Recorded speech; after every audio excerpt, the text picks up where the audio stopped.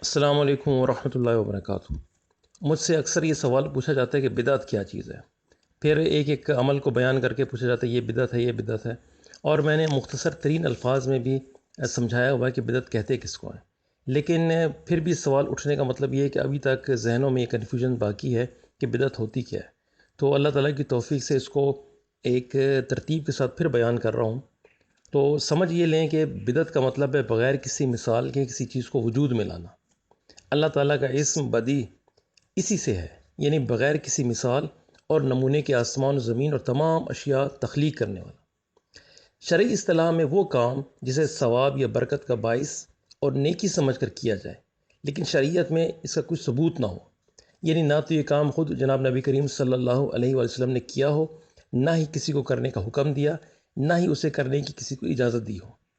اور بدعت صرف وہ امور ہیں جنہیں نیکی سمجھ کر یا باعث ثواب، حصول برکت اور اللہ کے تقرب کا ذریعہ سمجھ کر کیا جائے، اور انہیں جناب نبی کریم صلی اللہ علیہ وسلم نے نہ کیا، نہ اس کی کسی کو اجازت دی۔ اس کے برعکس جو کام رسول کریم صلی اللہ علیہ وآلہ وسلم نے ایک بشر کی حیثیت سے بشری ضروریات پوری کرنے کے لیے کیے، آپ صلی اللہ علیہ وآلہ وسلم نے جو وسائل یا ضروریات زندگی استعمال کیں، دنیاوی امور میں آپ صلی اللہ علیہ وآلہ وسلم نے جو تدبیریں اختیار کی، ان میں قیامت تک نئے وسائل، نئی چیزیں اور نئے تجربوں سے فائدہ اٹھانا بدعت نہیں ہے، کیونکہ ان کے استعمال میں کسی کی نیت یہ نہیں ہوتی کہ یہ چیزیں یا وسائل یا تجربے باعث ثواب، حصول برکت یا تقرب الہی کا ذریعہ ہیں۔ مثلا رسول کریم صلی اللہ علیہ وسلم کے دور میں جو چیزیں کھانے کے لیے دستیاب تھیں، آپ صلی اللہ علیہ وسلم نے وہی کھائیں۔ لہٰذا ہر انسان کو اپنے اپنے دور میں کھانے پینے کو جو کچھ دستیاب ہوگا وہی کھائے گا، اور اس کا یہ عمل بدعت نہیں کہلائے گا۔ اللہ تعالیٰ نے کمانے کے معاملے میں یہ پابندی عائد کر دی ہے کہ وہ حلال ذریعے سے کمائے اور حلال چیز ہی کھائے۔ اس پابندی کا خیال رکھنا ہر مسلمان پر ہر دور میں واجب ہے۔ ایک مسلمان کو کھانے کے مسنون آداب کا بھی خیال رکھنا چاہیے، لیکن اگر وہ کمانے کھانے میں کسی سنت کو ترک کر دے یا کسی ادب کا اپنی طرف سے اضافہ کر دے تو اس میں اس کی یہ نیت نہیں ہوتی کہ اس طرح اسے ثواب ہوگا، برکت ملے گی یا تقرب الہی حاصل ہوگا۔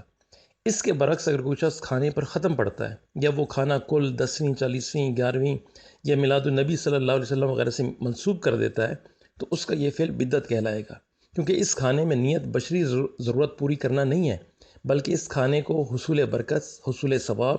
یا تقرب الہی کے لیے تیار کرنا اور کھانا ہے۔ اسی طرح اگر کوئی شخص ایسا بستر، چرپائی، برتن، فرنیچر، لباس، مکان، سامان جنگ، مشینیں، آلات صنعت و حرفت، سامان زراعت وغیرہ استعمال کرتا ہے جو رسول کریم صلی اللہ علیہ وسلم کے زمانے میں نہیں تھے یا آپ صلی اللہ علیہ وسلم نے استعمال نہیں کیے، تو اس شخص کا یہ فعل بدعت نہیں کہلائے گا، کیونکہ یہ سب دنیا میں زندگی گزارنے کے وسائل اور ضروریات زندگی پوری کرنے کے ذرائع ہیں۔ البتہ ان سب میں حلال و حرام کا خیال رکھنا ہر مسلمان پر تا قیامت واجب ہے۔ میری بہت مرتبہ بات چیت ہوئی مختلف سیکٹس کے لوگوں سے، ان کا اعتراض یہ ہوتا ہے کہ آپ ہر کام کو بدعت کہتے ہیں،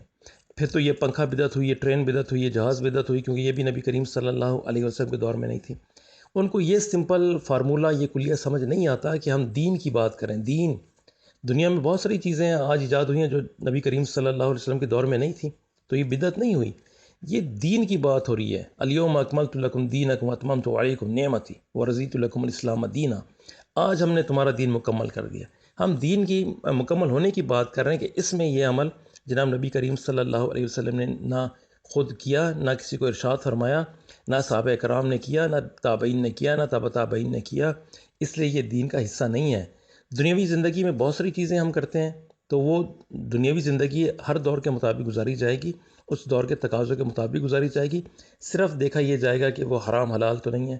حلال ہے تو کیا جائے گا، حرام ہے تو نہیں کیا جائے گا، سمپل فارمولہ ہے۔ اور قرآن مجید میں کوئی 35 یا 36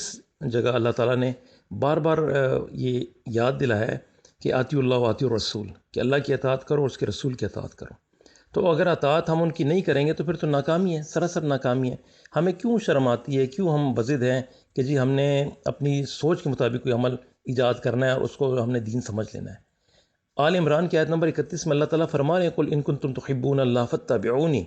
یحببکم اللہ ویغفر لکم ذنوبکم واللہ غفور رحیم۔ اے نبی صلی اللہ علیہ وسلم، ان سے کہہ دو اگر تم اللہ سے محبت کرتے ہو تو میری اتباع کرو،